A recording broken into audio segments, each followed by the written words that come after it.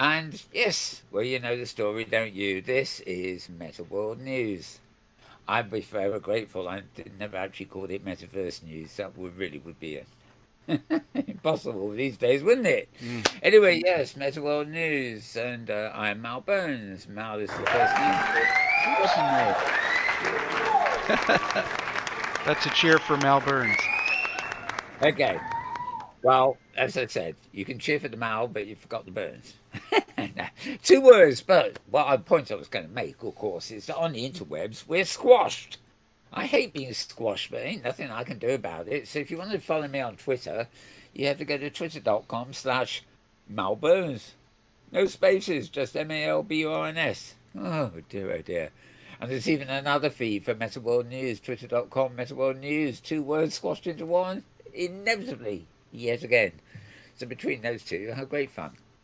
It's also the place to go to follow the links I mentioned on the show because when I show you them on screen here and read out the website, you will often find if you scribble it down and go to the website, you're going to end up on a home page and you might have to hunt for the actual page link. Whereas if you use my Twitter referral, it will take you to the exact page on the exact website that you actually need, so to speak. Unless you get 404, which means it's been naughty and it's been taken down.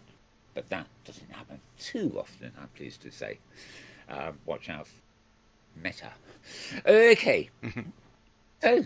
So, what else? Well, joining me here on the news desk is none other than James Atlloud. And we don't need to squash him because we haven't got a squashable link for him. No, So no. he's just James Atlloud. That's right. And today he is sporting another loud Atlloud, get it? Yeah, T-shirt. yeah. It's true. I got a shirt here from a creator store named Entity Store, and it's just another nice glowy in the dark, emissive shirt with a star pattern on it. So that's fun. And I always like the Yeah. glowing shirts. You can see the avatar in the audience has a really nice glow, so that adds Well, adds to the fun. we'll leave that be. All right. Yep. If for some reason, whenever you move the camera to the audience, all the rest of them go invisible. You see, they Yep. run away. They don't Yep. really want to. They don't want to get a radioactive James in the audience with them. So have to, you have to move back to the stage, I think, and maybe Right. just maybe they'll come back in. Right. Well, anyway, We need a Sansar developer and not a streamer putting some things in the audience here. yeah. All the fun and games we live, we learn.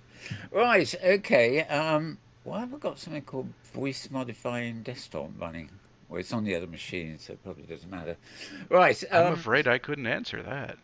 No, you couldn't. So, juggling three machines here to basically share my Mac screen with you, control YouTube on the side, and Yeah.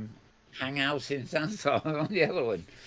Oh dear, dear. And let's just be grateful that I haven't got the iPad screen running too. Okay. So, yes, where were I? Oh, yes. Well, ladies and gentlemen, James, of course, is also responsible for fiddling with knobs. He's always doing that. We don't really need that angle, James. Or are you trying to show us you fiddling with your knobs? Sorry. Um, You're I looking should over not. your shoulder, Mal. You don't do I'm that looking very over often. my shoulder instead of Right. the right way. Yes, indeed. The knobs in question, of course, are the things that actually control our audio and video. In other words, various positions of me on different cameras and another camera or two on my desktop and everything else that comes along, really, just to tot up the proceedings as we go along. Sometimes you'll see my desktop real big. Sometimes you'll see it in an inset window. Little things like that make all the difference. So at the moment, actually, we have Larry the cat, who is number 10's resident cat. Actually, um, yes, that's his. Yeah. Kind of like that one, and it fell into the folder here, saying for this week's show. Well, I can't think why I stuck it in the folder here, but never mind, I did. So I did what I did, how I did, as it were. Okay. Um, so where to start? Where to start? We have video, we have pictures, and this is the bit I call bits and pieces. bits and pieces. Except it's tweets and peeps, or pics and peeps. Oh, my mind's gone blank. I can sing the Bits song, and but bobs. I, I can't get me lyrics right. There is definitely something funny going on my other machine, but I don't know what. It feedback sound or something, but I presume we're Hmm. okay. Um, it's yeah, there we are. Okay, so let's get that picture out of the way and move on to a few more pertinent things. Oh, that was actually going to be the opening graphic, but we don't need it now, do we? Okay, Paul. These are just things I clipped, as it were, of going through the Twitter feeds and stuff in the week. Um, this isn't so much a clip. This is a well, it is. This is about OMI, the Open Metaverse Interoperability Group. They have OMI on Discord. I do occasionally send invites to it to people I have on Discord anyway. But they're actually working on interoperability and an open source metaverse too. They're working with or in touch with a lot of people. There are other endeavors in this basically going on, but OMI seem to actually integrate them all one way or another. And Ivo Henning from there will be joining me on a panel at the OpenSim Community Conference, 11th of December. It should be called Open Simulators Community Conference or something, shouldn't it? But to include other things these days. But I don't know. I don't know. Anyway, yeah, she'll be joining me there, as I believe will Mr. Metaverse, his real name, I don't know, and Adam Frisbee, and others.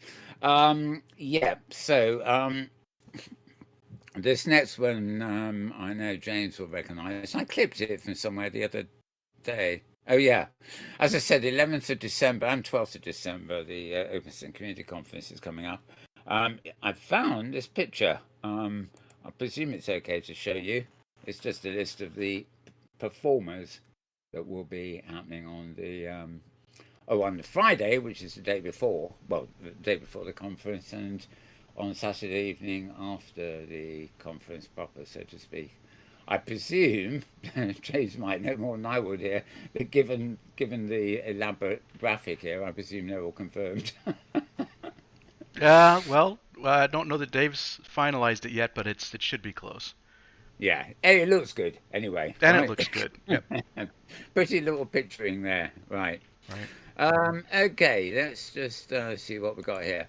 This is a little picture from a little place called Science Space, actually. And let me see. Oh, it will be at the other end of my list. Okay.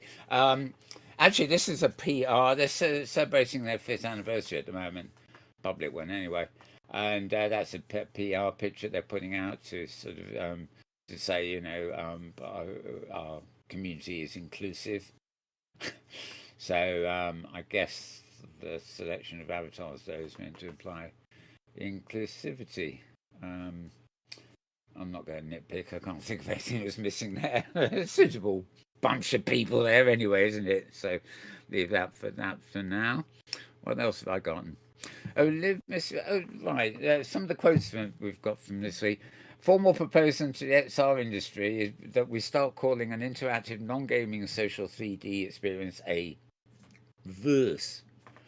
Up yours, poets. Then the term metaverse makes a lot more sense, and we don't have to keep saying interactive, non-gaming, social 3D experience. Has a point, I suppose. Um, right. Oh yes, told you about that one. Oh yes, core values collaborate. Well, you can read it yourself. We had it up earlier, didn't we? Right. Streamlabs. They were in the news this week because there's a piece of software called Streamlabs OBS, which allows you to sort of use OBS, the open broadcasting software, with sort of effects and stuff like that. However, um, I don't. Yeah, I've had it around for quite a while, but there's been a bit of a problem, and they're not allowed to keep going. I think it's OBS themselves that uh, forcing them to go down. So apparently they're holding an urgent press conference tomorrow to announce they'll be going to be rebranding. And it's been suggested the name Facebook may be available and perhaps better standing. Okay, that's maybe not as funny as it should be. Okay, right, Avatar, yeah, Immerse Global Summit, Metaverse Platforms and Avatars. Get ready for a day of disruptive ideas, groundbreaking insights as we bring together the most revolutionary minds and reflect on the next big thing. Yah, yah, yah. Or blah, blah, blah, as somebody would say. Okay, on December 17th, so that's a little bit of a way off there. 7 a.m. to 12 p.m. Pacific time, so that's very European friendly. It will be about that's about 2 p.m. Sorry, 2 in the afternoon, just after lunch in Europe. So that could be both.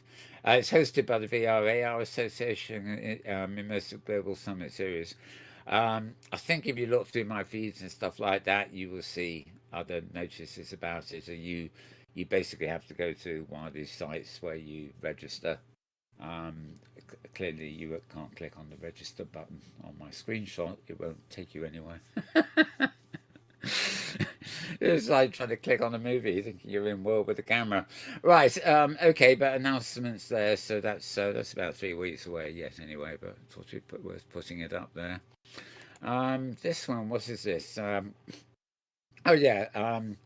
Alvin Graylin quote: "Metaverse expands, not replaces the internet." A lot of people who still insist on using the word as saying it's the new internet or it replaced the internet or whatever. I mean, whatever the metaverse is, most of it's going to have to rely on the internet, so it's hardly a replacement. This points out the differences really. The metaverse is universal ID, avatar, worlds experience, 3D, spatial, live streaming, engagement, etc., etc. You can see on the list there, basically. Um, and if you just look at the definitions it's got there for the internet, you'll see that there's very few areas of overlap where one can replace the other. No, it can't. Right, moving up again. Where am I in the proceedings? Oh yes, that. I think was some. I don't know who he is actually on Twitter today. Operators of the simulation have seen just how far they can go, stretching the credulity of the human OS. It was a reaction to all sorts of brown stuff flying in the real world, basically.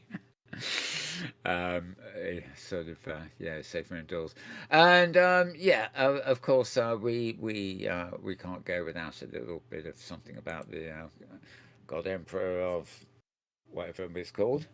It's Lord Zuki. Not content that he's won, he's become the Trinity or something. And they've still got the F logo strategically placed there. Right, and one more here to go. It's quite a way off this one, but this came out. Virtual World's Best Practices in Education next year, 2022, called Phoenix Rising. It's March the 31st to April the 2nd. It's I think that's 3 days. Yeah, it will be 3 days this year. They hold it in Second Life, unless I don't think they're doing any other things outside Second Life this year. But it's as good a place to hold it as any. And they've been actually posting a lot of stuff this year, sort of implying that it's a big revamp year and everything like that. So they say there the International Conference on Education in Virtual and Augmented Reality. So I think they've added the augmented reality bit to that spiel. Okay, so that's coming up next year. Now, for the moment, we can put that away. And I'm just going to run down to the bottom of my list here. Or am I? Hang on, maybe. Oh, sorry, it's at the top. Okay. Well, I showed you. I showed you that little picture of the inclusive at Science Base. Basically, this is Science Base fifth anniversary celebration. It's on the Science Base blog, so it's blog.sine SINE.space, and gold giveaways is referred. They have two types of currency. Silver which is a virtual currency, and gold, which is actually index linked to real world currency. And yeah, they're giving away some of their gold, aren't they? So when they say giving away gold, it sounds exciting. Right, so where are we? Coming up this coming Friday, so we're on time here. Karaoke at the Blue Lagoon and radio show at Ziggy's and country and western hoedown. Yee-haw, as they say. Saturday, DJs again, more DJs, and Sunday, music with Rosa. Oh, good, Guitar Ella for Latin and classical. Right, Guitar Ella is a nice venue. Um, yeah, and then going on to the Monday, ambient lounge streams almost. So it's basically a lot of music there. Tuesday the 30th will be the actual fifth anniversary, so there's going to be a keynote by Adam Frisby, who, as I said, is joining me on the open source panel coming up in December. Oh, and they're giving away some Signplace Awards as well, which is 6 p.m. in the evening. Or Signplace operates on London time, or rather UTC, which is the same as London at the moment. That's basically where most of their staff seem to be in Copenhagen and somewhere in Australia, but they are nonetheless they're still a British company, so they use UTC times, which you basically can add on 5 hours to get Eastern time and 8 hours to get California time, whatever that is. Right. Okay. So move that aside for now. In fact, I'll remove the item from my list. And yeah, this one too. That announcement's on the Metaworld News Twitter, and so is this one. This is from Hypergrid Business. A group is apparently seeking $65,000. Not cheap, really, is it? To bring voice to OpenSim. Um, who knows? Who knows? And it starts talking about Maria Kovalov. The formatting of this site is up the creek. Right, okay. Because of the impending loss of Vivox, they're and they're not happy with Discord or Skype because users have to sign in separately. Blah blah blah. And yeah. Okay. So Infinite Metaverse Alliance. Oh dear. Right. Okay. They got plans for something called Echo Voice, but they reckon it's going to cost $65,000. And well, wish them luck. Basically, that sounds an awful lot just for voice. Although it does need to be something like something called Whisper and Mumble, which actually operates on the land, on the regions in Second Life. There are other types of thing, but they require being embedded in the viewer rather than on the land.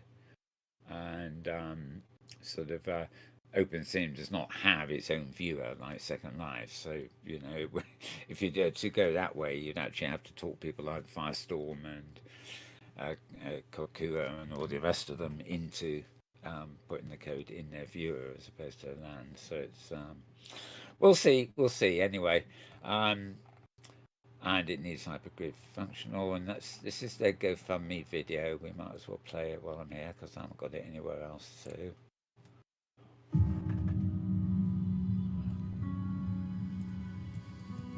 people in the free metaverse need your help. Virtual worlds are the heart of the free metaverse. People are the soul of the free metaverse. Free voice for everyone is going away. We're raising money to build a replacement. A freeware open source solution for the free metaverse. Why it matters. Other voices make us feel less alone. Voice helps if we have trouble moving the mouse. Voice is needed when we can't see well. Voice helps people understand better. We need voice in virtual classrooms. Voice helps us learn to speak more effectively. Voice makes the metaverse work for learning. We learn more from voice than text alone. Voice helps us do things in the metaverse together. Voice helps the metaverse seem real. Sometimes we need voice to buy and sell things. Voice is an important part of the social experience. Most people in the free metaverse are women, Right. seniors, students, and the disabled. Free voice empowers those who need it. Loss of voice communication will have significant negative social, economic, and health impacts because it will lead to more social isolation, loneliness, and poverty. We have a solution. We call it Echo Voice. A social impact return on investment. Every $100 effectively sponsors 25 voices. Please join our GoFundMe campaign today. Any help you can offer is appreciated. Well, that's rather strange. How can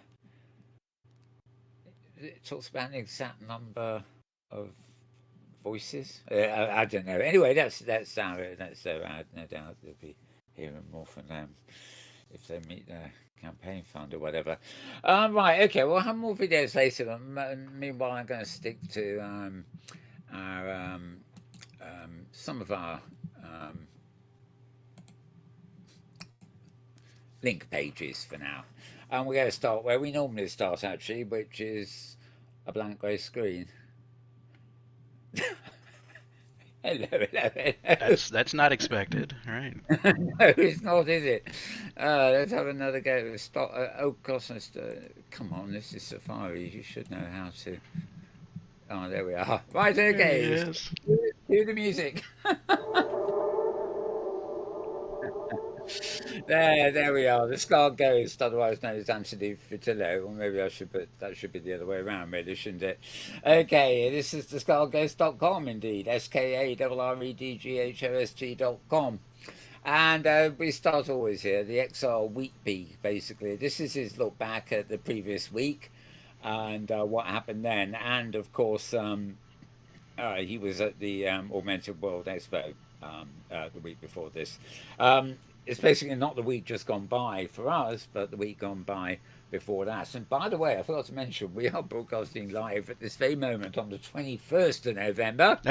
So this is our weekly highlights for the week ending the 21st, whereas this is his weekly highlights on the web, so to speak, for the week ending November 15th. He does say at the beginning there he's actually still in Puerto Rico in California instead of his native Italy. I haven't posted many of them up here. It's just a question of overkill, really.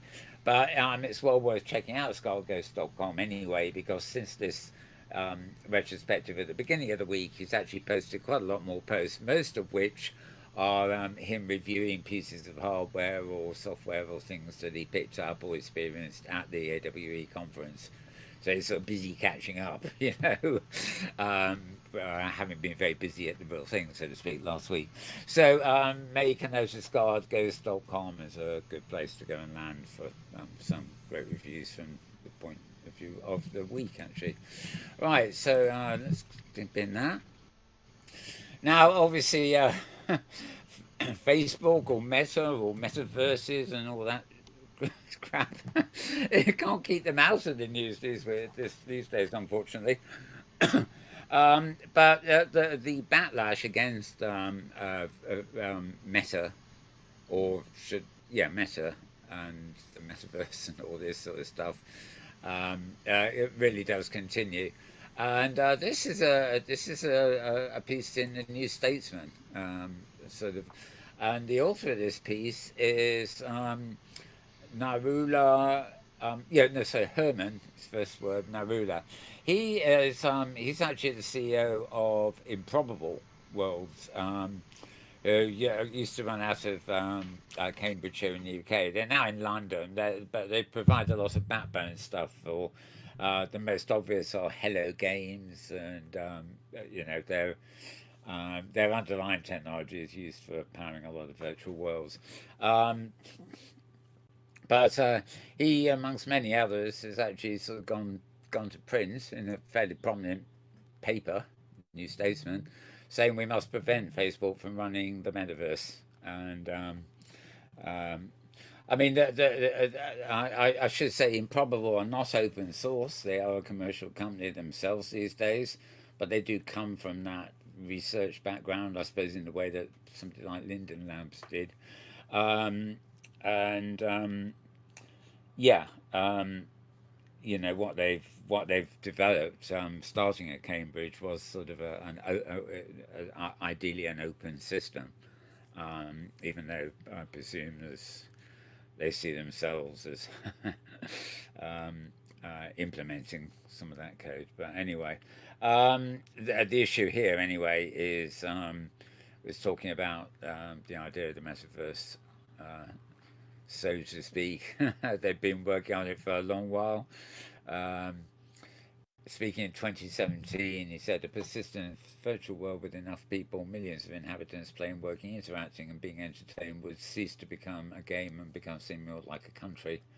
Such a country, he says, must be democratic and not governed by the incentives of the current internet, which he says a lot more, as you can see, but that probably sums it up quite well. So you'll find this at newstatesman.com, newstatesman.com.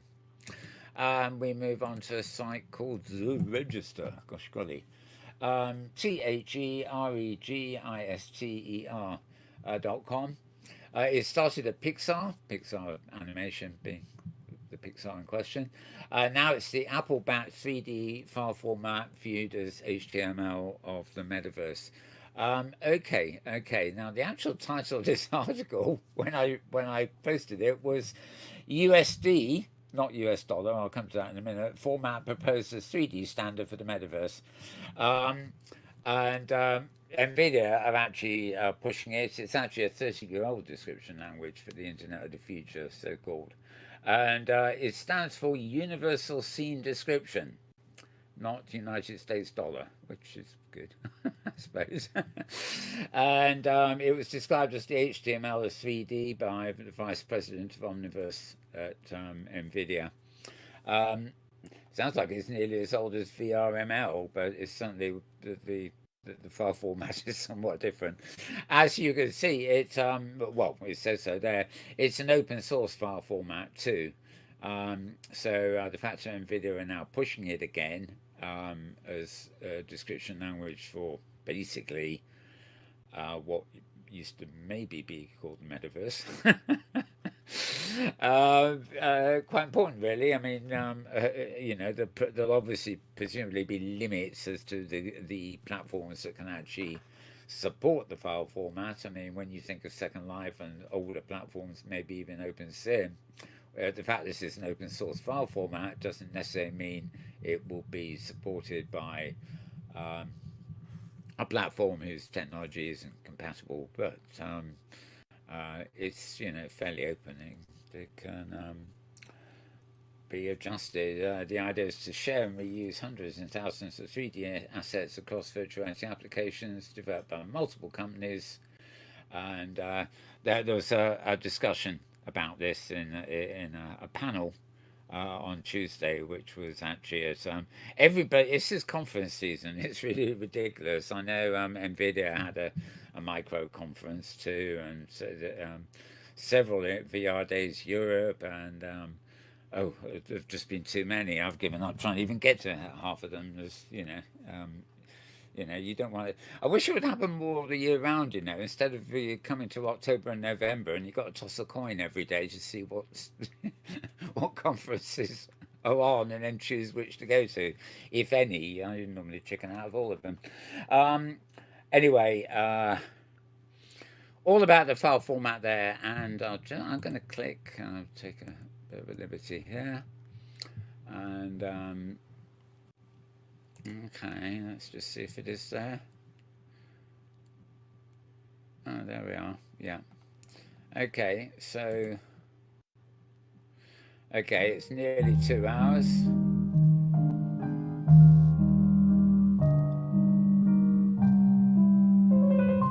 Oh, good grief, I'm halfway through it anyway. Basic materials from which all living things are made. They are needed for the structure, function, and regulation.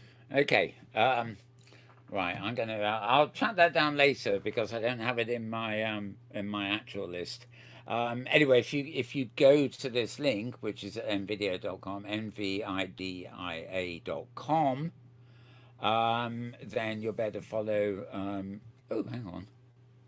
I'm sorry. That's where you'll find that video. Um, okay. The article here that I started with a second ago is at eventsrainfocus.com. So EVENTS.RAINFOCUS.com. And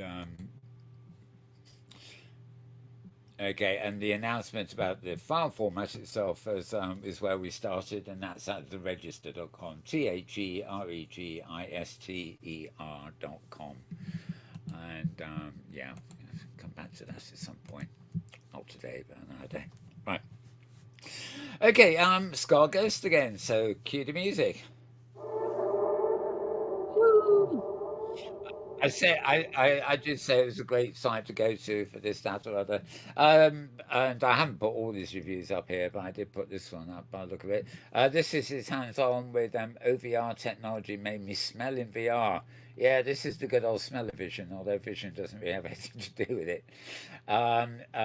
This is he was able to try a centimeter for virtual reality, in particular the one provided by OVR technology. And let me tell you my first impressions of it, he says, etc. My whole life, I've tried to understand the world of scent. With every single breath we take, it influences how we feel, how we behave, and even who we love. Yet, we never think about it. This is the fascinating world of scents. At OVR Technology, I have this opportunity to recreate that world in virtual reality. And in order to achieve that, I have to capture that invisible world one scent at a time. Oops. When our scentware team goes out to capture a scent, we're looking for two things. First, what are the chemical compounds responsible for the odor profile of that particular unique area or event? And by chemically analyzing that odor using very sensitive instruments, we can get a very good indication of its chemical makeup, and then how we might recreate it. Our second thing that we look for when we go out in the field is how does it make us feel? What's going on in this place that makes it unique? All of our human experiences begin as sensory inputs that are then processed by our brains and filtered into memories, emotions, and experiences. At OVR Technology, we as a company focus on healthcare, skills training, and education, and give people experiences that teach, heal, connect, and entertain us in ways never before possible.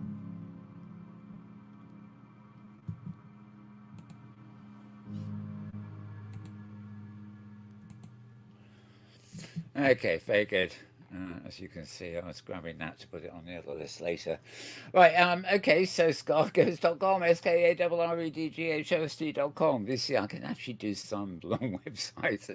I do it so often I can spell it faster and you can understand me properly. Nevertheless, follow the links. So moving down the list, another site we go to all the while, of course, 3 this week, I believe. This is voicesofvr.com, voicesofvr.com. This is number 1019. I'm talking with Calcom about their Snapdragon Spaces. which is leveraging OpenXR to foster innovation in AR applications. And comes with a map, of course, showing all the places it's connected to, basically. And right, it's also based on the Kronos, which is the OpenXR people's specification to enable application portability, and it's the first head-worn AR platform optimized for AR glasses tethered to smartphones with an OpenXR conformant runtime. Yeah, gosh golly. Basically, it means it's open source though, and it is designed to slot in with other things. So it's all part of the quest for interoperability, really. Um, right. As you can see, there's a little bit of summary information there, but I mean, this is Voices to VR, so the idea really is to listen to the podcast interview. You can see it here at Voices, or listen to it, I should say, at voicesvr.com, but it's also available as a podcast in just about every single podcast player I've actually come across. It's very well distributed. Here, there, and everywhere. So if you have Spotify or Apple Podcasts or something you really prefer listening to stuff in, then you can search for it and you'll find it there too. I'm going to scroll down my list here a little bit. That was 1019. The next one is 1020. Yeah. This was later in the week, just a couple of days ago. Same site, voicesofvr.com, same procedure basically. This is looking at the Lynx R1 standalone mixed reality headset. Shows the future of blending digital and real. And again, he is talking to the Lynx CEO, Stan Larocque, or Larocque, however you pronounce it really. So that's that one. And the other one this week was number 1021, and this is Magical AR tabletop gaming with Type 5. Yeah, I don't know. Jerry Ellsworth's epic journey from Valve to Cast AR to Tilt 5. Okay, and he talks to her about her stuff, basically. He says one of the most magical demos he'd ever had a chance to see was Tilt 5, as shown at Or by, I believe that is her herself, Jerry Ellsworth.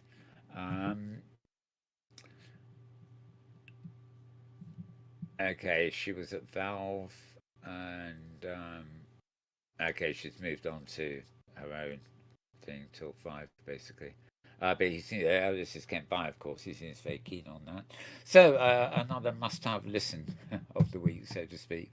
Right, so let me just remove these items from my list, lest we repeat them later. I've gone jumping down my list so I could do them all at once, basically.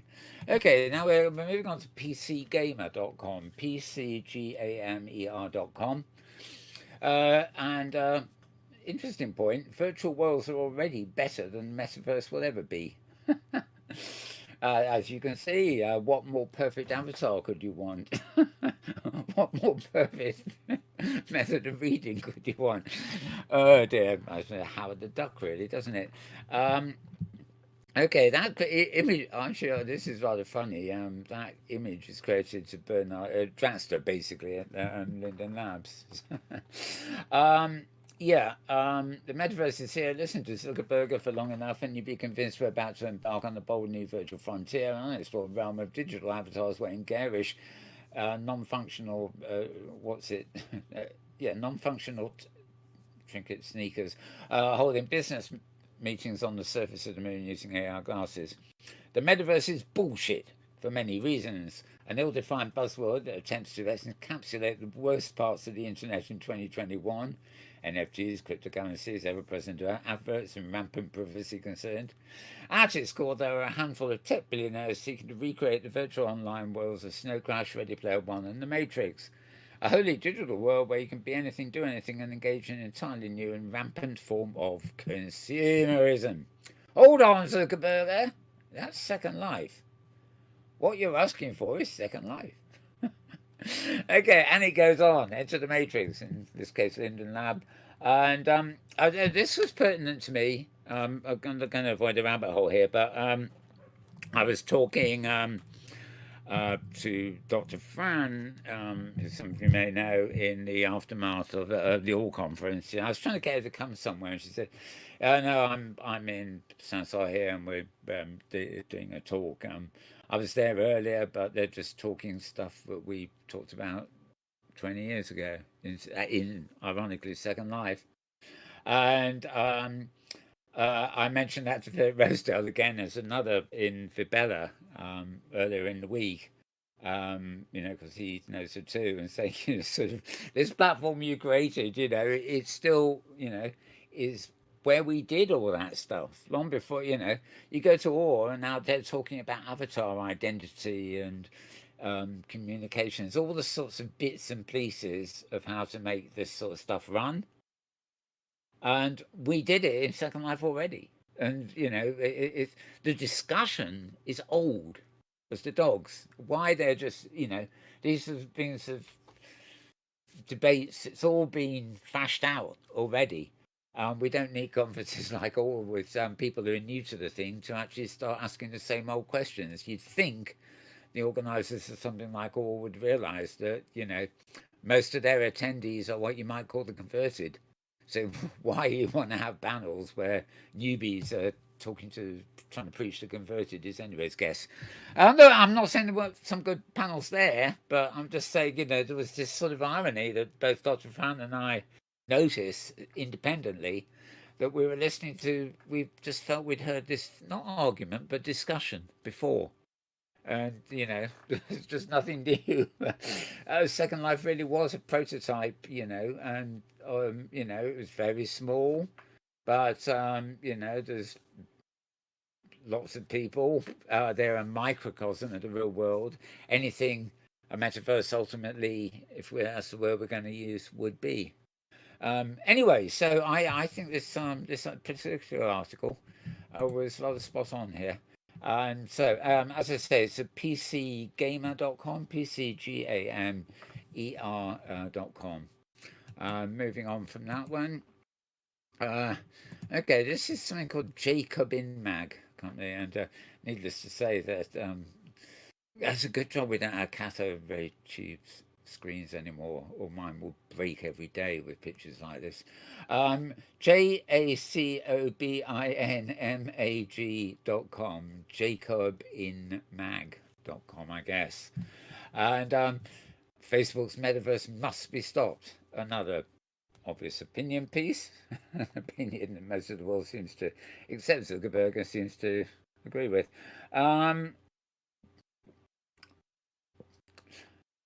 It's an opinion piece, but it's also got a bit of history there. It quotes all the obvious people, be it whether it's Stevenson, Snow Crash, and Matthew Ball's essays and whatever.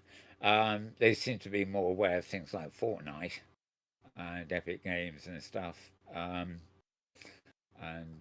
whatever. Although they do say Tim Sweeney, of course, where it says that everything's going to be open and interoperable. We shall see. This is certainly. These are the real issues now. I was talking of discussions we had over 20 years in Second Life, where interoperability was not really a major discussion, although we didn't have it, I hasten to add. Something on which Philip Rosedale, for example, changed his mind completely, really. Against it at first, but very much for it now. Okay, so jacobinmag.com, jacobinmag.com. My mind's just gone to sleep, but check I'm still on air. Right, okay. Put that one away, I think. Get that picture. I definitely need to put it away, don't I? Right. haptics. Right now, this is interesting. This thing called haptics is from what used to be Facebook and now is of course Meta, and they basically patented the design for this. It's a hand job machine, isn't it? The Zuckerberg hand job machine. That's what I'm going to call it. However, apparently haptics who are also fairly well known, are alleging that Meta copied its patented design for the haptic glove. So once again, Meta or Zuckerberg or whatever, in trouble here for stealing something else, and presumably thinking he can get away with it because he's so big that nobody can afford to take him to court. Whatever, I don't know. Um, anyway, haptics do.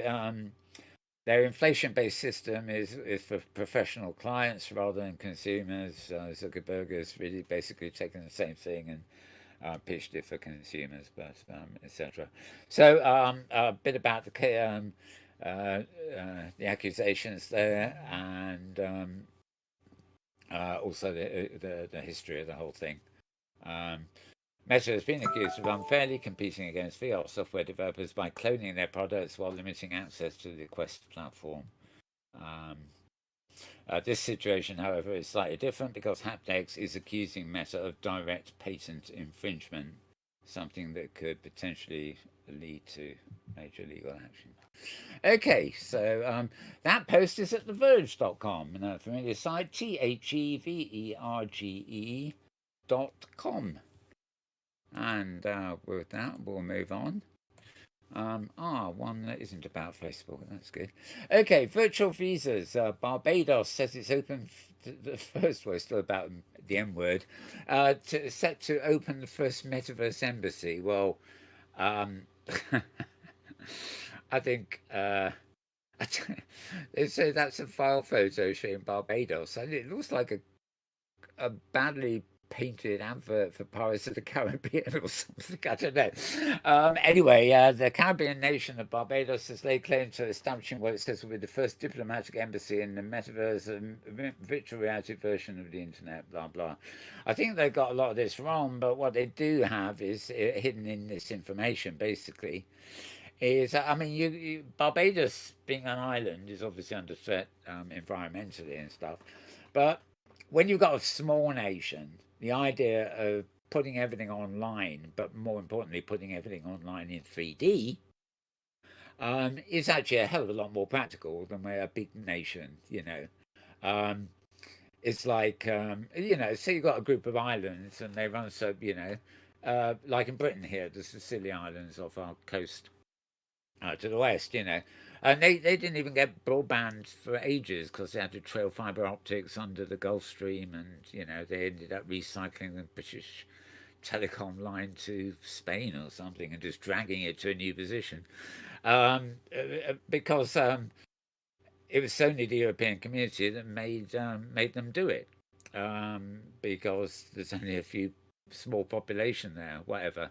But when you've got that set up, you can have your council, you can have every single thing involved in governance and social activities and stuff there brought online as a sort of mirror world. You can literally put your town, even a capital city in a small region, slowly but surely you can put it all online, both as a mirror world and a mirror world in which you can go to a virtual replica of a building and talk to somebody and get your business done rather than exercise your poor legs. I presume you're still allowed to exercise your legs there. But anyway, the whole idea is to push this quite a lot. There's another interesting state. It may be South Korea. I may have mentioned this before. I was telling somebody who knows nothing about these things the other day. They actually have their very first digital person who's actually a registered resident, a national of the nation. They actually have official their name and their birth, and they are a resident of, I think it's South Korea.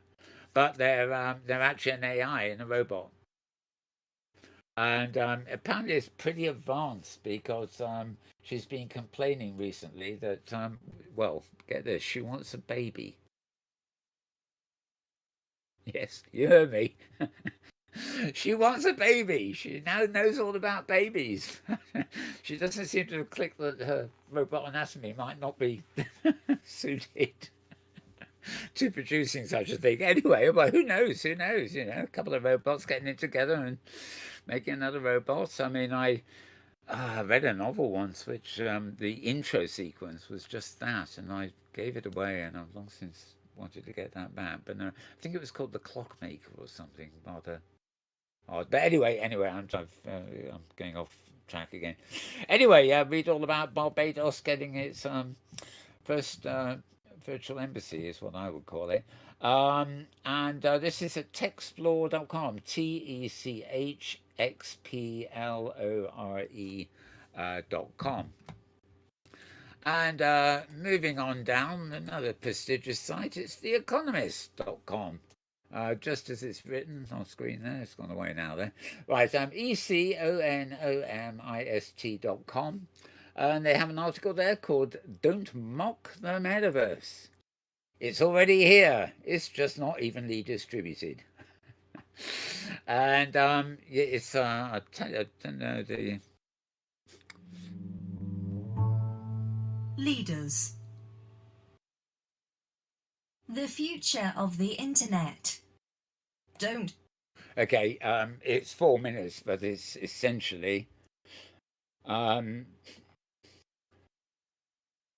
well, I'm not going to play 4 minutes on the over the air to you now. You can obviously play it if you get there. I'm not sure whether the 4 minutes is a little audio snippet or whether it's actually a recital, as it were, of this actual article. Anyway, you can't get anything more prestigious than The Economist magazine, really. This. Mr. Zuckerberg may well prefer to think about exciting new products that deal with the downsides of his existing ones, and the hype is the water in which techies swim. But that would be too dismissive. There are good reasons to take the metaverse seriously, and the one is historical, and etc., etc. So don't mock the metaverse. Just find a new name for it. Theeconomist.com for that one. Right, moving on. I think this one's quite interesting. Yeah, okay. This is a site called InExhibit. InExhibit. And scary. I mean, we've read an awful lot about this and similar blogs along the lines, but quite frankly, this is a headline that puts it exactly where it is. Why the metaverse could make Zuckerberg the most powerful man in history. The more powerful than Hitler, more powerful than Mussolini, more powerful than Attila the Hun. I don't know. History is history. Do you really want that creature as the sort of the imperial dictator of planet Earth? Maybe he'll buy out Elon Musk and he'll become the imperial dictator of Earth and Mars. Oh, throw in the moon as well. Yeah, something needs to be done. Really, really, really. Okay. Inspiration for the Avatar world. Paper dolls with such romantic clothes and accessories. 1917, by the way. Okay, let's move on. Okay, more history. I mean, there's a lot. These are obviously critical of the God Emperor himself, but these articles are actually coming up with a lot of history to try and put things in perspective here.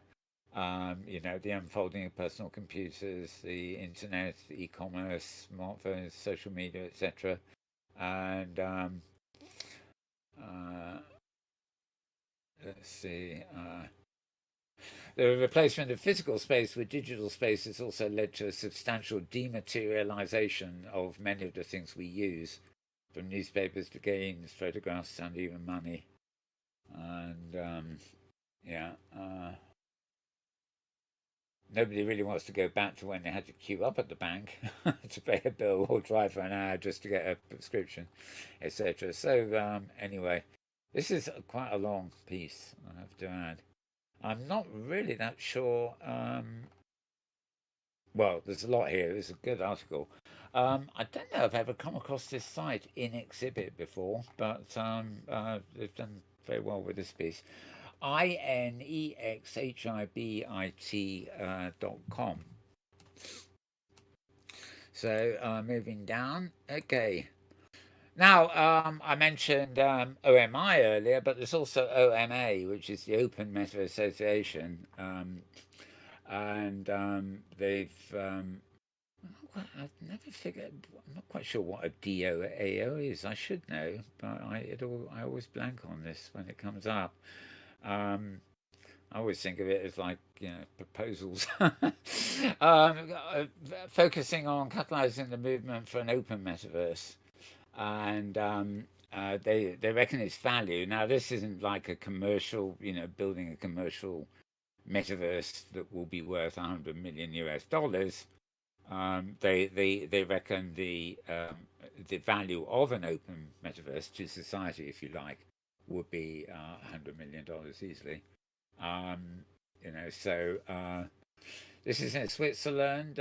They were formed in CUG, Switzerland. The Open Meta Association announced this year it's raised 4.5 million US dollars at 100 million valuation in a token pre-sale to create the Open Meta thing, and they'll be serving as an organizing body for the growth of an open metaverse built on Web 3D infrastructure owned and controlled by the community. Now, the association was established by a guy called Ryan Gill, the name of whom it does seem a bit familiar. He was founder and CEO of Crucible, which is a Web 3D company that designs and creates software to enable game developers to build within the Pen metaverse, and then core technology, etc., etc. Where do I go from here? This is kind of interesting, and I'm taking a particular interest in this for a few weeks at the moment because it will be the future of an open virtual worlds, interoperability and all that stuff will be the focus, at least of one panel I'm doing in December. So, more good reading here. I'm not going to read it all out to you. You can find it for yourself. A reminder that you can go to twitter.com/malburns and you can find direct links to these pages. Some of them would otherwise actually take you to the top side. This one in particular is from Global Newswire, which is a press agency. So they have masses of press releases every day. So you need to follow the link for this. But you can try going to globenewswire.com, or one word. I'm looking for it, but I suggest you just Google Open Meta Association, or indeed follow my Twitter link, as it were. Right, moving down here. Okay, I'm going to pause at this one actually. Again from GameSpeed, part of VentureBeat basically. So it's VentureBeat.com. That's VentureBeat.com. And GameSpeed is one of their subsections. This is entitled "The Metaverse is Infrastructure."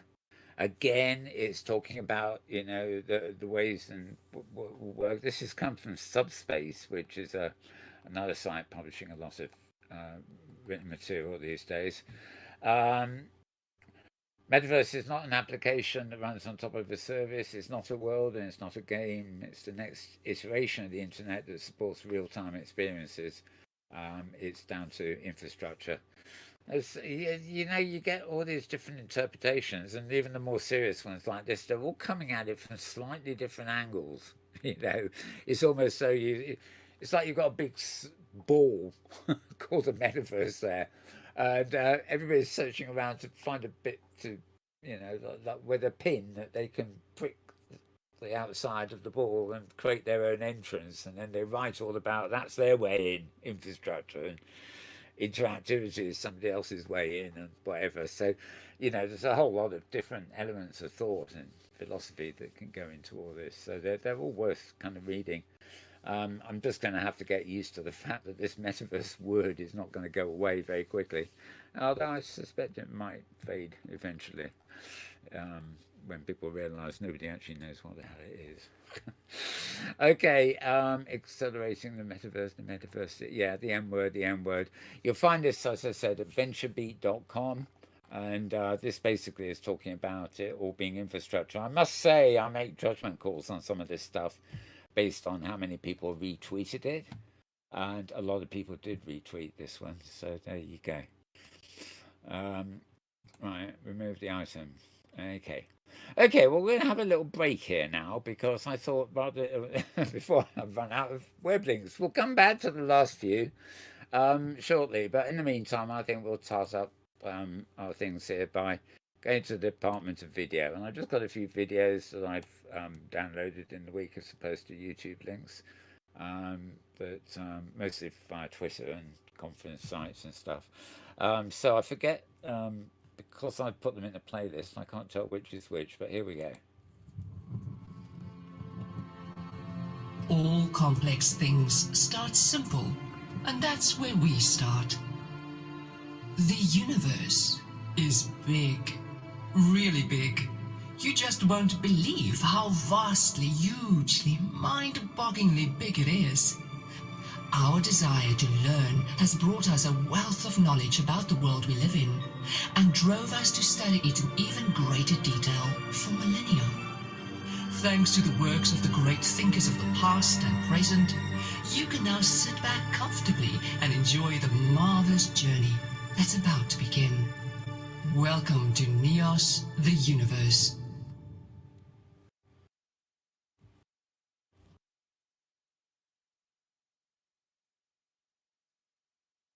Oh, it's not going to autoplay. Never mind. Come on. Oh, darn it. Oh, here we are. Just taking its time. Right. No, it's not. Dang it. All complex things start simple. Oh, so much for controlling this live. I've got pop-ups all over the place. Come on, just play, would you? Global XR Conf, this is the one. No, it's not. Sorry, folks, I'm just going to have to move this window in. Why am I got myself a... So if I can get this in slightly. Means we're going to have to see this at the side here, but...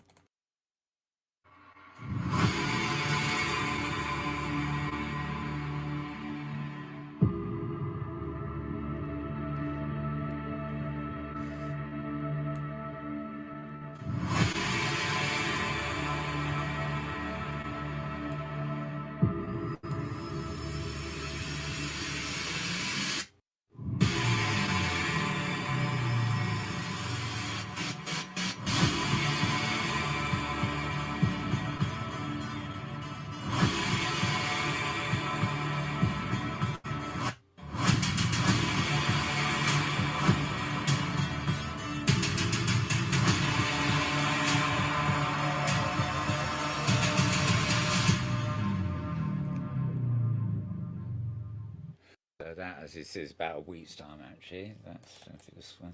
What's one thing at AWE 21 that's just got you inspired? Wow, there's two things. I think the addition of haptics. We just interviewed Joe yesterday from Haptex. You got to try these haptics gloves. They have this force feedback, incredible. But the ability. I also tried a haptic vest yesterday. Oh, whoa, that is so cool. You have points of there's 5x4 across, and you can literally drive. Let's say you're playing a shooting game or something, and you can feel like you get shot on the front or the back. It's, for let's say you're working on electrical training, and somebody presses the wrong button or hits the wrong thing, you can all of a sudden send a jolt through their entire body and their hands, and they will never do that again because they will be 100% focused from that point on because it feels like you're being electrocuted. You can instigate feedback in that moment. Yep. Before it's do or die. Exactly. And help people. I would assume you'd want to be really careful about how you tune that interaction. They have a whole SDK where you can turn it up to 11, and it's like, it really feels like you get punched in the gut. You got to be responsible on that one. Of course. The other thing I saw, which seems still like a bit of a science experiment, but there's a company called C-Real, and they have real light field displays. So the reason why this is cool is if you're looking at a 3D object, typically they're all in the future distance plane in focus. This is focused here, and if I look past it, it's focused beyond. And what that allows you to do is have real focus on product, on anything in 3D. And it's really, really cool. They also have a VR version of it, and it's human eye resolution. Like the dials are crystal clear. I love it. Yeah. And there's another VR thing. Sorry, Yeah, so many things. It's great. There's a VR thing. I can't remember what it's called, but they've put, instead of the two lenses that you see through, they put two more on the outsides, and it increases your peripheral vision by, it's got to be 60-70%. It's wild. So those are the three things.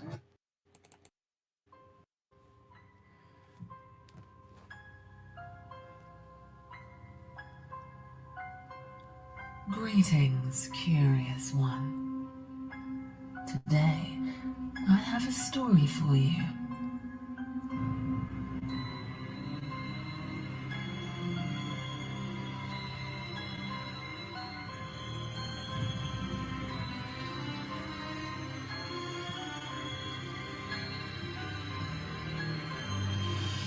Ah, you finally arrived. Quickly now, we don't have much time. The Magic Academy is in great danger. We cannot access it through the main gate. We must use teleportation to get inside.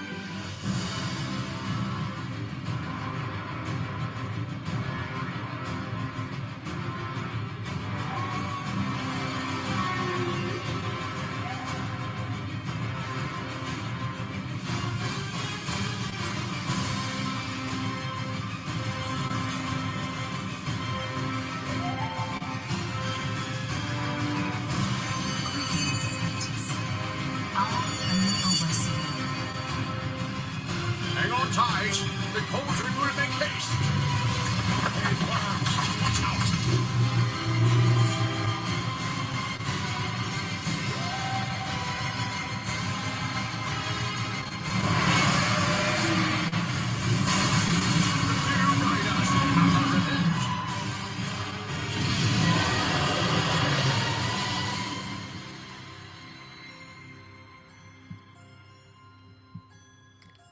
I guess that's a bit more gamey than what we would normally do, but never mind. Exciting stuff. A bit scary there, the thing in the sea. Right. I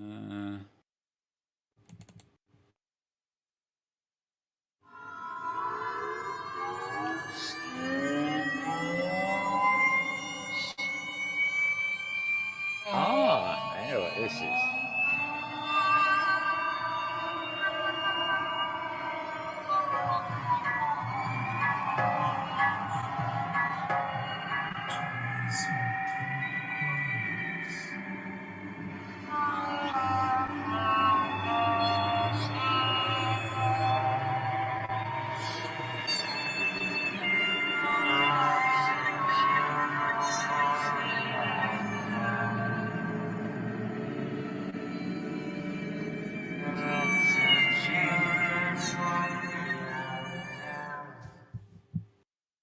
That's a curious one. As you didn't gather, that's the band Radiohead, and it's a downloadable app that they. It's like an exhibit that they worked on with Epic Games. Okay. How does Mr. Zuckerberg figure into these conversations?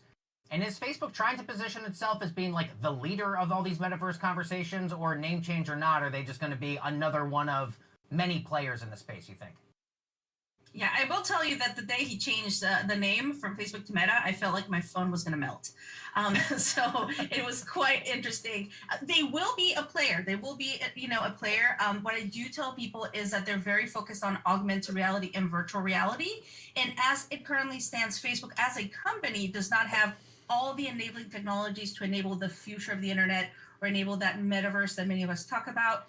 For example, I'll give you an example. They do have data centers, and they've got cable underwater and things like that, but they're not really a cloud computing player. They don't really, they're not a telco player in the 5G space, so they don't have all the technology. So when people say, is Facebook going to own the metaverse?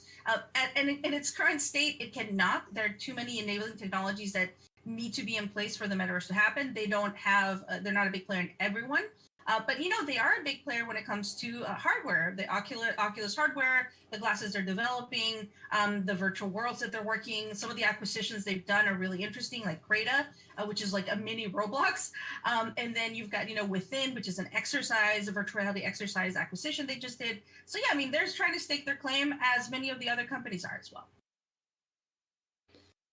Okay. Right, Nike, famous Nike, you can tell by the tick here, they've sort of they've apparently entered the metaverse this week. What do you expect? But interestingly, they're not creating anything of their own. They're doing it, they're basically going into Roblox to launch it. And, this is their launch piece, basically.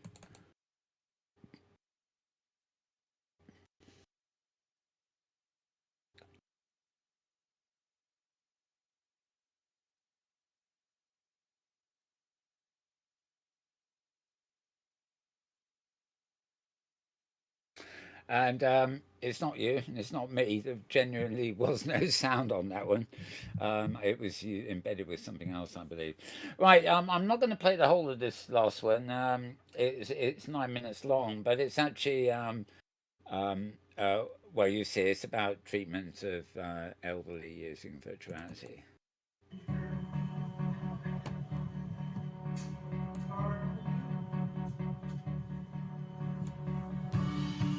Just kind of relax for a minute. Boy, it looks good. Can you kind of imagine that you're there? Yes.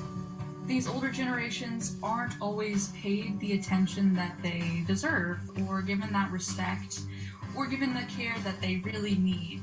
It's truly amazing to see someone at 103 years old get so excited because they've never seen the Eiffel Tower up close. And I think it's our responsibility as younger generations, regardless of our age, to take care of those people that came before us. As one gentleman said, it gives me a reason to get up in the morning. I'm Carly Berryman. I am the CEO and founder of Viva Vita. We deliver virtual reality to seniors for improved mental wellness and quality of life. I went to George Washington University in DC. I majored in business along with marketing and psychology, which is kind of how I got keyed into geriatric psychology and some of these issues that our seniors are facing.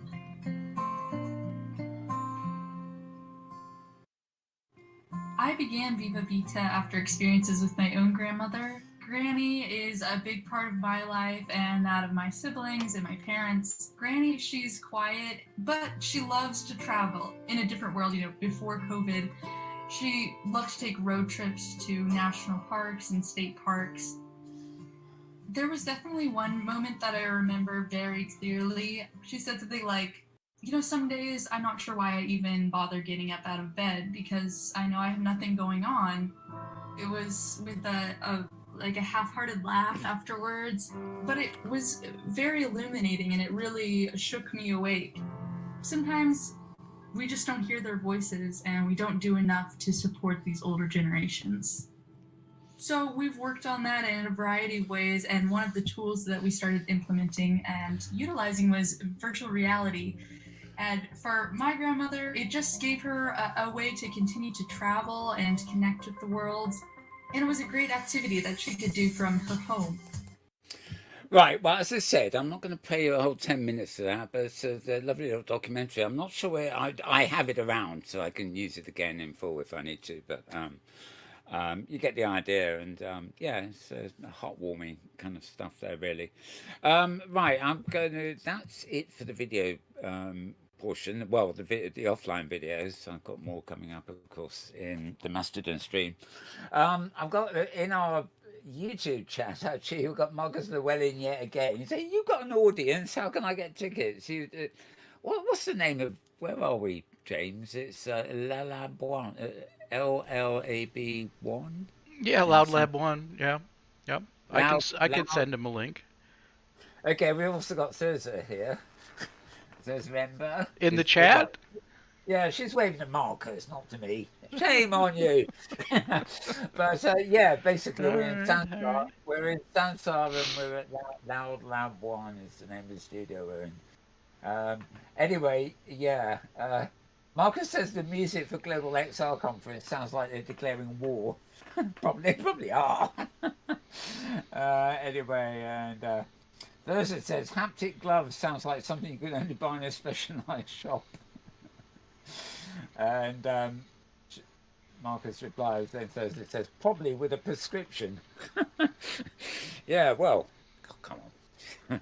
Okay, right, back to our bits and pieces, so to speak. And coming up today, really, the beginning of, well, this is Friday rather than the beginning of the weekend, but the Week in XR, this, of course, is Charlie Fink's weekly roundup at Forbes.com, Forbes.com.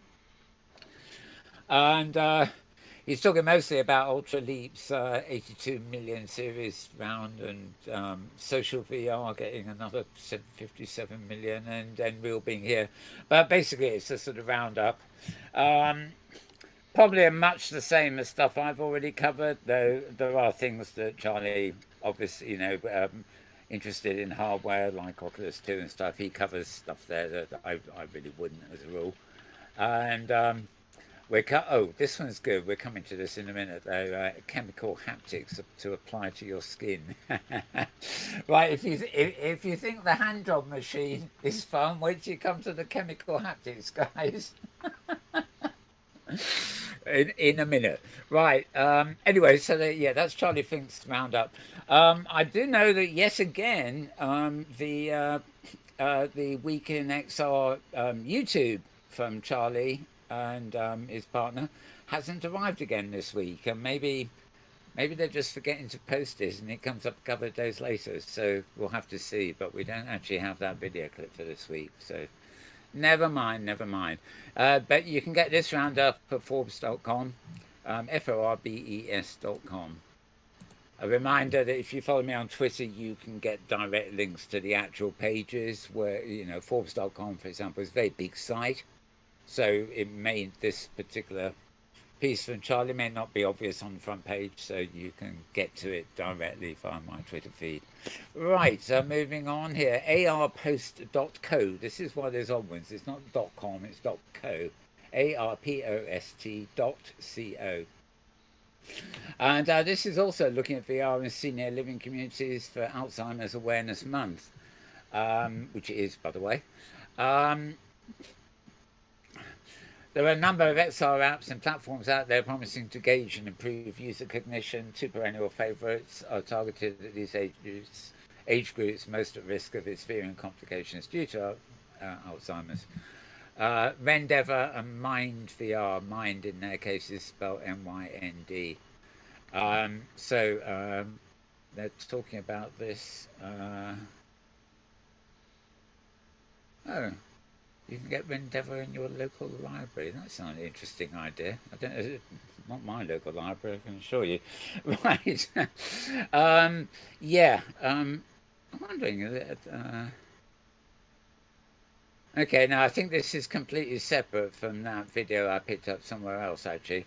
But interesting that we got the two at once here. I can't read out everything there, of course, so just go to arpost.co and look for Alzheimer's is probably the best keyword there. Or follow my links, of course.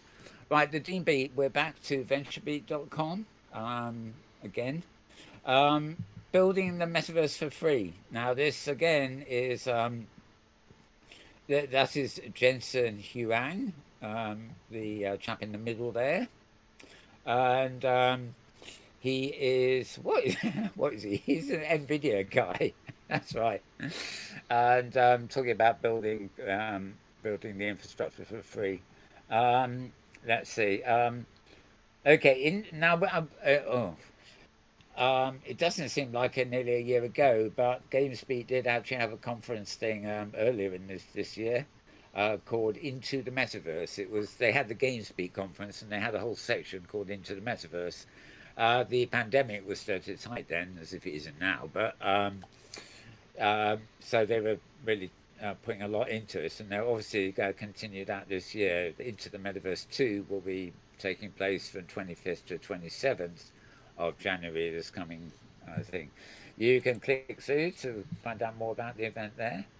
And as you can see, I've just done that. I think we've actually shown that graphic a few times. And you can register there as well. It doesn't give me in reading mode here too much at the moment. I'm fairly sure that the online version, in other words, a virtual ticket, is free. And in fact, I don't think there is any real life so-called event that actually does go with that. So. I'll let you know if I get a ticket. I'll let you know I've got a ticket that they're available. Right, moving on. Another piece over at Forbes again. This is about something called Gemini raising $400 million to build a metaverse outside Facebook's walled garden. Well, obviously, I'm a bit iffy on this one, and that's an awful lot of money. But the redeeming feature is they want a metaverse that's outside of Facebook's walled garden. I think what they actually mean is Meta's walled garden. I think this is one of those sites that hasn't caught up with the name change yet. Anyway, but of course they are interested in blockchain and cryptocurrency, and both of which are beginning to come under a much heavier criticism these days about, sort of it's the thing of any of the blockchain and stuff, like anything that has to do with cryptocurrency and things. It falls, apparently, I'm no expert or economist, but it falls under the trap of the real world thing, where you can have perfectly well distributed money, but over a period of time, whatever the system, the money actually gravitates to fewer and fewer people. It's not just capitalism or whatever. It's just I know Philip Rosedale did a graph of this. He built a simulation just to experiment with the flow of money by giving, fictional but vast numbers of people, giving, so many thousands of people the same amount of money, right? And then coding in the things they would do with it, and you actually notice the money doesn't keep flowing back to the people. It slowly starts creeping up a pyramid until the longer time goes by, the more the money is concentrated at the top of the pyramid, and there's not much left down below. But anyway, that's interesting stuff. Yeah, well, Gemini, read all about them, I guess. Any company that is trying to get 400 million investment, or actually manages to, for that matter, cannot be. They might be wanting to work outside of Facebook, but that doesn't mean they want to build an open metaverse. Far from it, I suspect. They say the competition between these two at Gemini and Zuckerberg. Zuckerberg is a tortoise, and they are the hare. It's starting to look like momentum shifts. Oh, I can't even read this. They're full of tongue twisters on me now, aren't they? FORBES, Forbes.com for that one, and good luck to them. Right, moving on again. We're getting to the end here, really. Public policy for the metaverse. Key takeaways from the 2021 AR/VR policy conference. Right. Exactly what it says it is. You can find this at itif.org. And AR/VR has wide-ranging potentials. Gosh golly. Privacy and data governance should be a priority. Gosh golly. An immersive future raises unique safety and security concerns. Come on, join me. Gosh golly. Accessibility and inclusion are foundational to successful innovation. Very true. And looking ahead, recommendations for building an immersive future, and a conclusion. So they go on about the wrap-up here. There's plenty of links to follow through to other people involved in the conference and stuff. These basically are the paragraphs that go with those sort of conclusions we came up at the beginning there. And quotes from a whole lot of people who were sort of involved in it. Another very, very good read. I'm going to have to go through and actually annotate this myself, as I said, because I'm just taking a temporary, particular look, shall we say, at open source metaverse styley stuff. Right, so itif.org for that one. And oopsie daisy, I just pressed the wrong button there. Not that you can tell at home, but I can tell here. Right. Okay. Bringing the metaverse to life. Now, this is the site. This is quite. I like this site actually. They pop up now and again. They're simply called The Conversation. Theconversation.com. So TheConversation.com. And how I built a virtual reality for my students and what I've learned along the way. So this basically, I can't say based on that image, this is as impressive a virtual reality, but you never know what distance this is taken on. Looks like a sort of toy castle on a sculpted rock or something. Anyway, he goes on about it, and in fact, it's not really talking about him building a world here too. He basically had a module at the University of Nottingham in the UK here, and he had 100 engineering students interact with each other in avatar form in a virtual world known as Notopia, Notopia. I suspect that this could have been built in OpenSim or something like that and just called Notopia, to be honest. I can't believe a virtual world would come online called Nottopia. As a utopia, entropia. Well, I don't know. Fantastic virtual island and has since become a floating castle in the sky. So it's obviously very little adaptable thing. No, it's not OpenSim. It looks like maybe VR chat or something. It's the legless world, isn't it? Okay, he's in Notopia and he's able to teach his students there. What platform would you use? Oh, here we are. All right. He chose Mozilla Hubs, but there are several others. There's a link there to them. I presume these are web worlds. Actually, he mentions Hubs. He doesn't actually really mention by name any others. Or just provided links, but not mentioned others in the actual article here. Okay, so there's a bit of history about his educational build, basically, and his experience in building it and the performance problems he encounters. Mustn't forget those, must we? Okay, so that's theconversation.com, direct link on my web feed, of course. Moving down, Mark Zuckerberg's metaverse could fracture the world as we know it. Yeah. They won't let up, and I'm so glad actually that it would be so. There are admittedly 1,001 feeds mentioning the metaverse coming in every day, all of which are repeating either Zuckerberg or somebody else's press releases, and they're all written by people for whom this is the great new thing, and they have no idea about what's been happening for the last 20 years in the space. But so many of them are just seeing this, Zuckerberg, the most powerful man in the world, they said earlier. Now, this one is saying the metaverse could fracture the world as we know it, letting people reality block things they disagree with and making polarization even worse. And, looks like Zuckerberg is halfway to where we want him to be there. Right. Showing off his vision. Gosh, golly. Right, let me hear. Two people could be walking down the same street and see very different things thanks to the glasses they're wearing. One, who may lean towards conservatism, could reality block out aspects they've been conditioned to oppose, like the fertility clinic that they passed. The other, a liberal, could walk by a gun store and not even know it's there. Others could have paid for third-party apps that let them instantly know identifying traits about people they pass on the street, thanks to the data that Facebook, now Meta, has collected on its users. The word Republican could be hanging over the head of one passerby in big virtual letters, for example.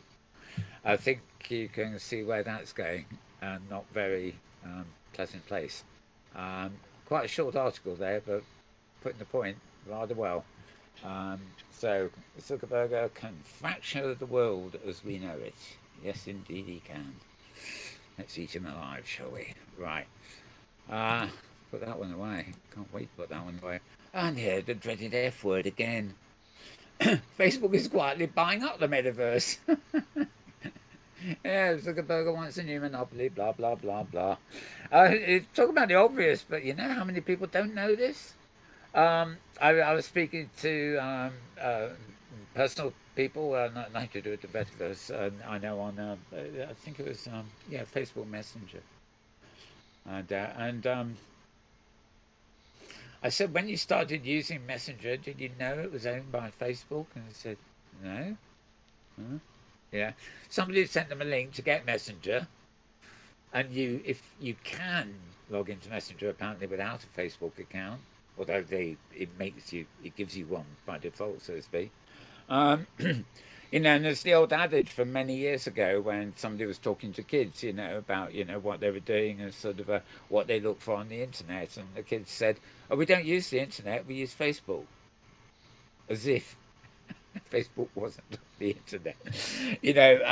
People don't actually realise, and they really ought to be, they've really got to start taking more more care here. In a way, we, meaning me, James, and probably those of you watching, are in a kind of good position here, because we do actually understand what the presence and the emotion is all about. And can see the dangers, because we've seen the teasers for what could happen, Whereas a lot of people who don't know anything about virtual reality or virtual worlds and stuff, they don't have a clue. They don't, and many of them don't even use Facebook's, Facebook. They just use what is now Meta's Instagram or WhatsApp. WhatsApp is huge. It's used by businesses all over the place because they make it's actual phone calls, but for free. Actual phone numbers, and when it goes down, the whole world collapses, which makes you realise just how much control Facebook already have. But again, I'm rabbiting on, aren't I?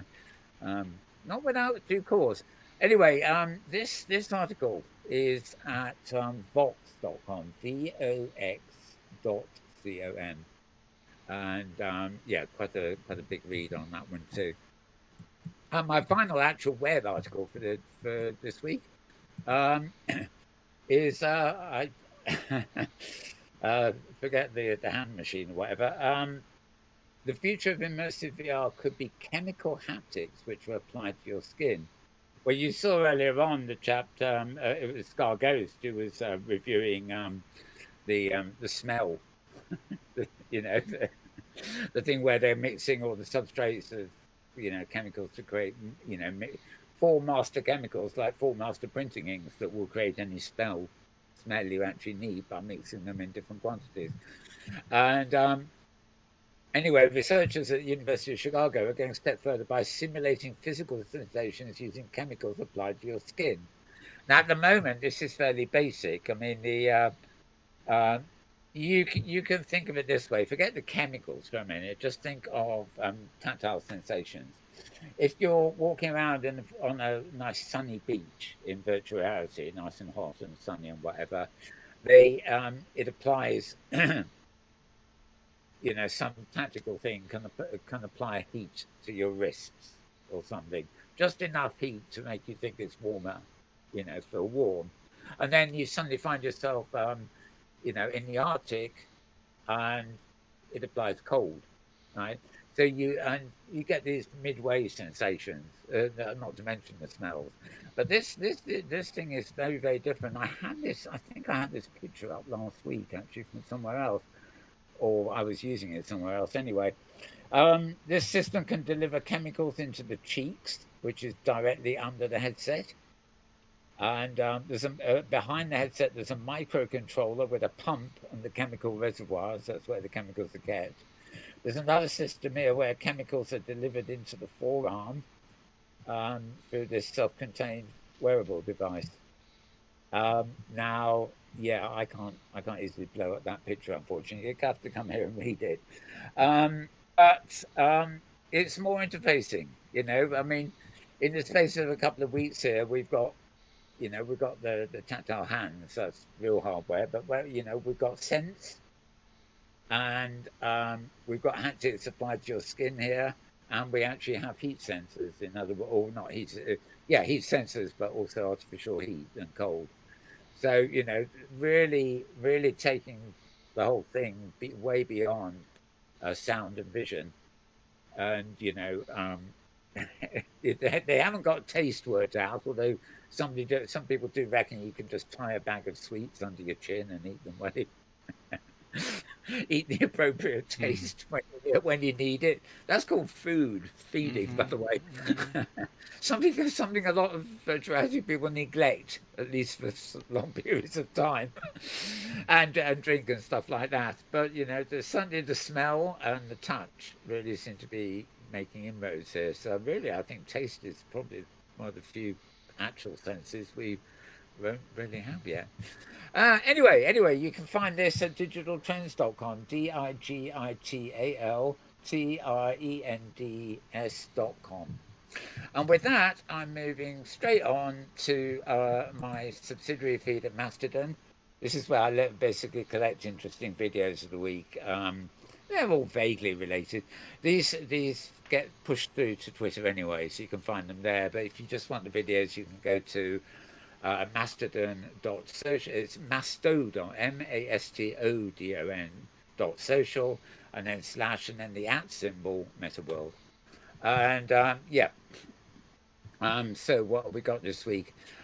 Most of these push through to YouTube or Vimeo or somewhere where I've been able to grab the embed code and post it to this blog, which is a very different from the offline videos I've been showing, which are on my whole system here. Right, this is the IFTF thing again. Welcome to the Metaverse. I think this is lots of it. Well, it's 20 minutes. It's the Institute for the Future. And hello everyone, how y'all? Move on a bit. Avi Barzi was also one of the presenters at Virtual reality, and of course we've been looking at virtual reality and augmented reality through the lens of science fiction for many decades now. But like many things that were once science fiction, these are now becoming practical realities that we're engaging with every day. So this term, the metaverse, what is it? I want to invite you to use the share a thought bubble here. Tell me what you think the metaverse is. I'd like to see some options. This is... Oh, well, it did work. I'm sorry about that. I was trying to do a quick zoom in.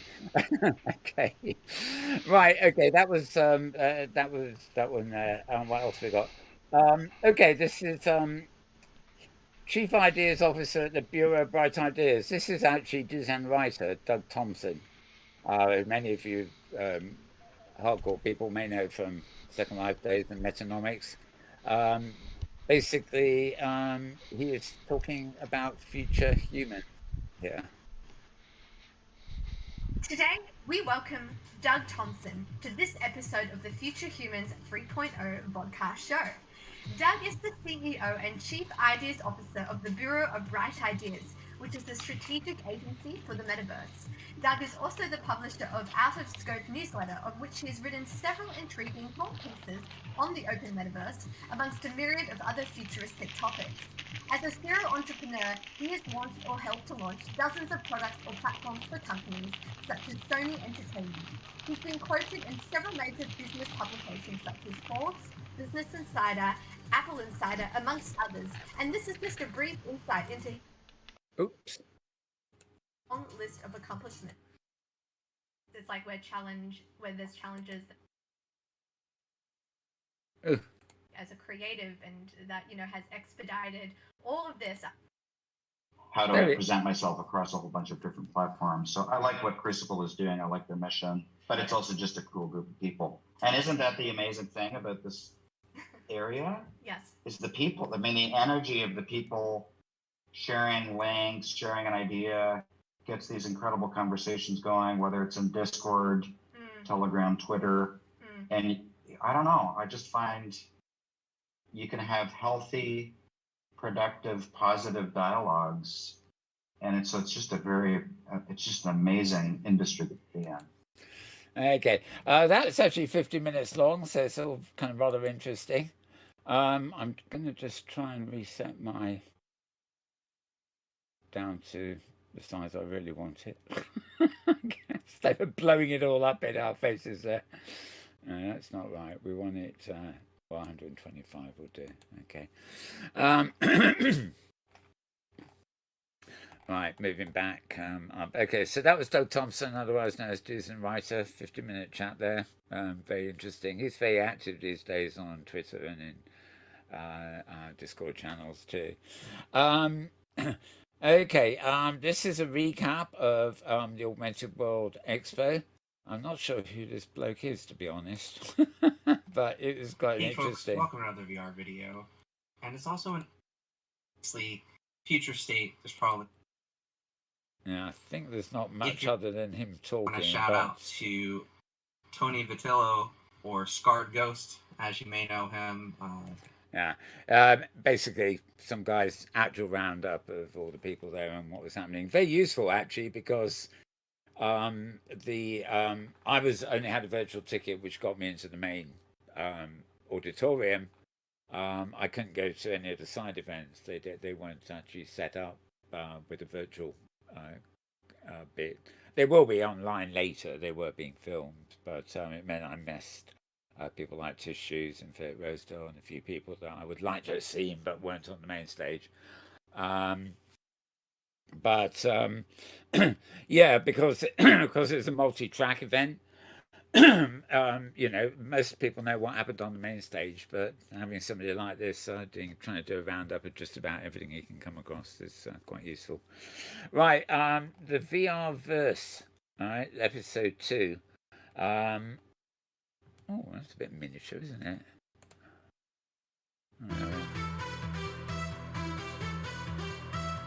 Hey everyone, welcome to the second episode of the VR verse. This week I'm joined, this month, I'm joined by Skeever from Between Realities.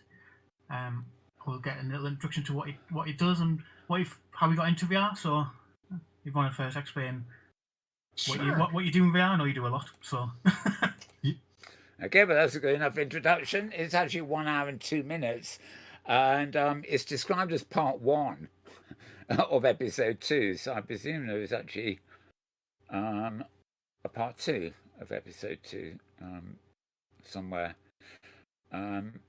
Okay, nevertheless, I'm going to move down the list here. There's quite a few of them this week. I'll look at it. Okay, let's welcome Joe Michaels, Chief Revenue Officer at HapX. Joe Michael leads business development. Okay, this is one of the sessions for more. This is one of the ones that wasn't on the main stage. Actually, it's 30 minutes, and it's the HAPTX controller, force feedback controller being spoken about. Yeah, basically, it's on a side stage here. I really love the production they did. They did this on the main stage too. They would have you to try somebody and interacting with. They would have somebody, not avatar, obviously, but real life on the stage, and then the moment their slideshow started up, they would put him into a nice little encapsulated side thing and show the slide next to him, and that really works rather well on video because sometimes this stuff's done on video and you can't adequately focus on the person giving the presentation and their slides at the same time. They just did really well, and the whole look throughout the conference has the same background and the same looks. Just looks well. It's an identity that they created there, really. Right, so it's talking about touch feedback there. Beyond Meta, this is the road. Oh, hang on. Oh, right, this is the same chap. Morning, everyone.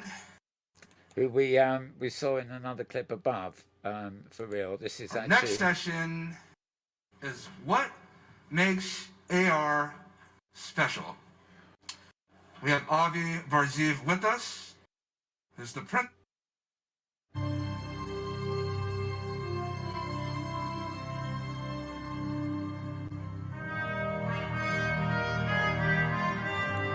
Okay, well, it's a nice 30 minutes thing. I think I have to leave you to go to the site here, Mastodon, to just scroll through them if you're in the mood for watching a whole load. As always with here, you can click through on the title and go straight to YouTube and find the account and favorite it or bookmark it or whatever you need.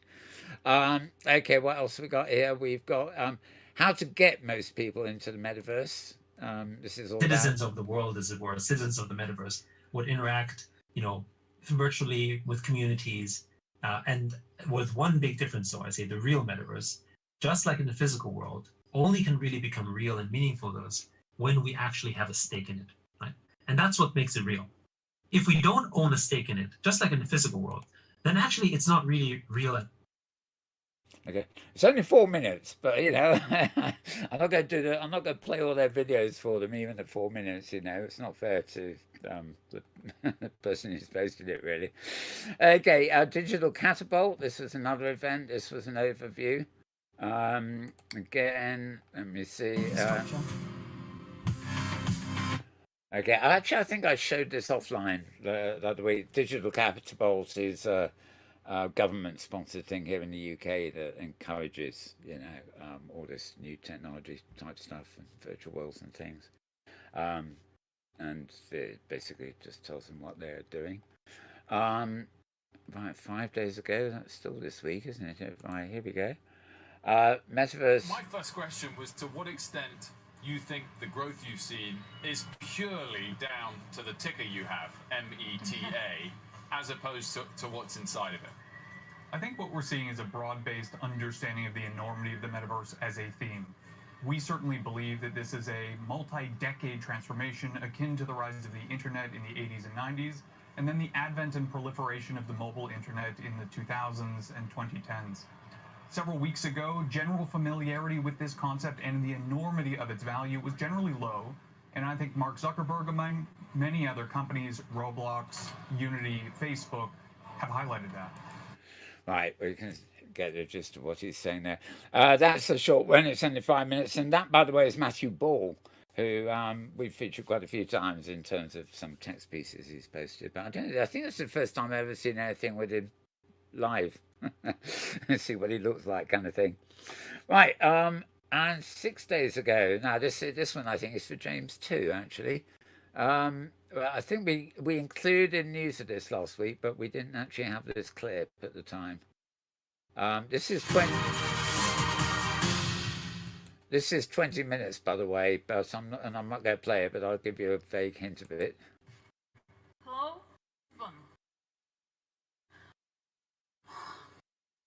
2 seconds. That's how long the first movie was.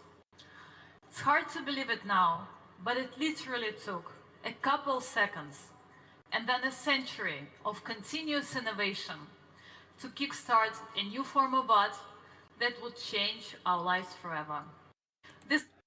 Her intro is actually very nice, actually very good indeed. But we'll just get to the main bit. In imagining the worlds that we can create in VR. Should we turn off the gravity, or even make it an underwater world? She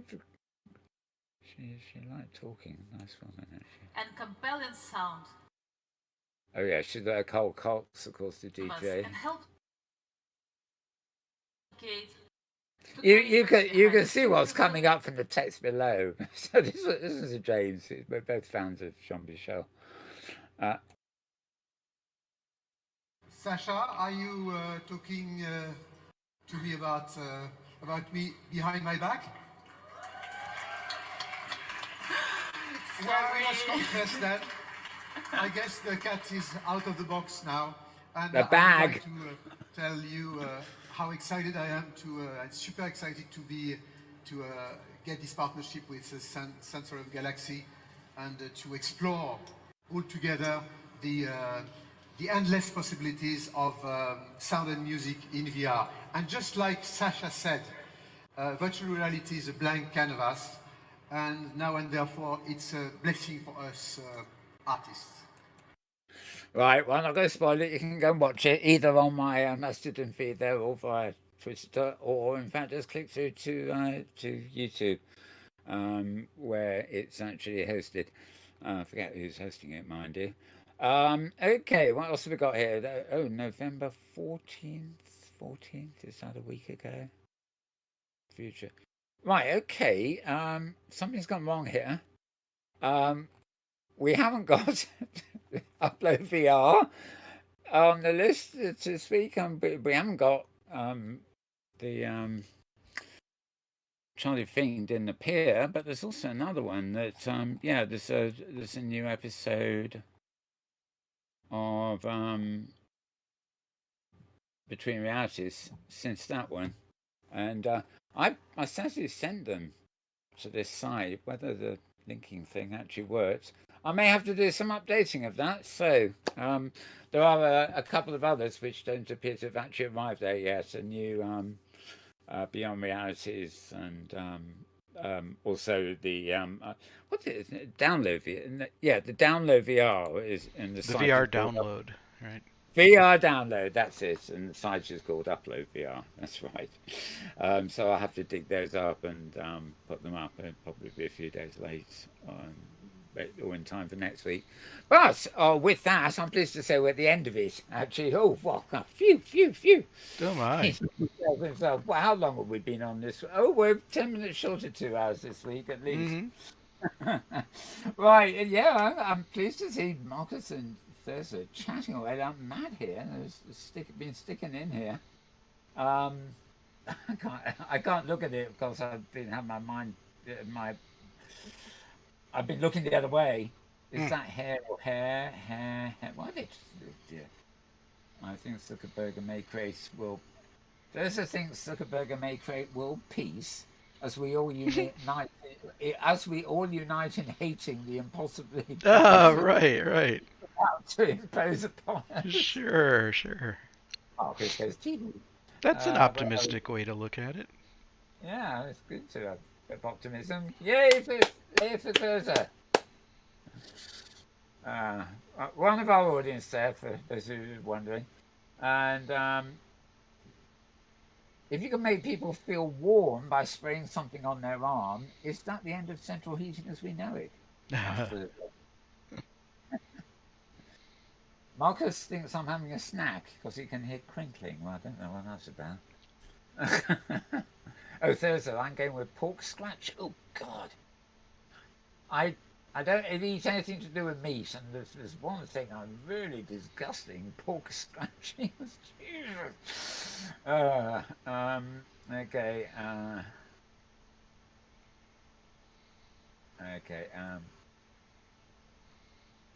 Those accents, they're Mal's favourite thing in the world. What? Or the cat? Or they don't read the chat. Okay, they're telling me not to read the chat. I think they're too embarrassed. Yeah.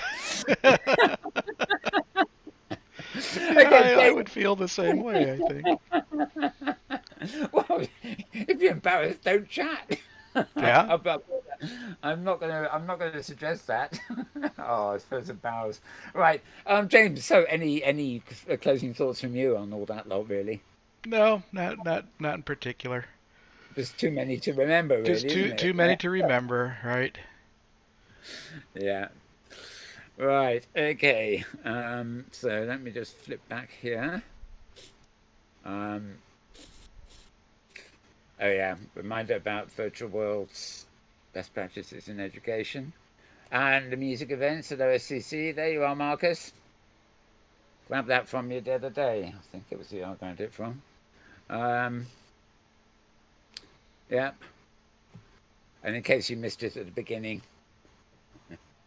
the Trinity of Zuckerbergers. The I don't know what the it looks like a painting of Henry VIII, but it is. Yeah, it is. Yeah. You know, a great big slob that he was. Yeah. Actually, it's Boris that fits in a. Boris would fit in the Henry VIII. Henry VIII was big. Mm-hmm. So I've heard. Yeah. Yeah, I think that's it. We covered all those, so put those ones away, and yeah, we're back here. And yeah, well, nothing else to do. We shall have to sign off and let them all go their own way. Let's remember, this message is held for review. Oh no, yeah, I'm fine. Show it, please. Oh, where did it go? Oh well. My thoughts. Oh, I think YouTube censored Thursday. It must be something to do with it. Language, maybe. My thoughts. There is nothing like the smell of money to bring out all the virtual world bullshit merchants. I think YouTube doesn't like the word bullshit. Actually, there's some. It made me approve that remark. That's an interesting. I've never had that before. Right. Okay. So perhaps time to study how to use YouTube. I can't learn YouTube as well as the rest of them. Right. How many eyes do you think I've got? I don't know. More importantly, how many are in the back of my head? I need a couple of extra ones in the back of my head, like on my neck or something. Maybe a center camera in my forehead, and yeah, and a couple of extra brains, you know, so that an add-on to the left side and a separate add-on to the right side. That's what I'm lacking. Like, so I've got one of those gadgets on the screen here, which allows me to choose which of the processes in the machine are handling tasks at any given time. So they're distributed, but if I've got a heavy task, I can actually assign it to all 4 processes. Yeah. Mm-hmm. On a quad core, for example. Well, that's what I need in my actual brain. So, I can have extra processors that I can actually assign to the main brain, so I can actually perform properly on this show and such like. Enough of that. Okay. Well, for the moment, I think we can just say it's goodbye from him. And it's goodbye from him. We two is one, or rather, be it XR, be it MR, be it VR, be it whatever. We are. We are. Exactly. Oh dear. Okay, folks, that would do for now. Hope you've enjoyed the show. Hope we've been informative, possibly even a bit entertaining. God forbid. And we will be back same time, same place next week, we hope. In the meantime, have a good week. Stay safe. Stay indoors. Work from home, etc., etc. If you can, keep it virtual. In other words, if you can, and make sure the food arrives to you, and you don't have to go and get it. That kind of thing. Yeah. Especially if you're in Europe. I think it's just as bad in Britain as Europe seems to have noticed it more. And anyway, as I said, stay safe. We will return. And that's it for now. So, toodaloo. And, I can't think of a song to sing you today. So, I'll just say, you say goodbye, and I say hello, hello, hello. No, but that's next week. Bye.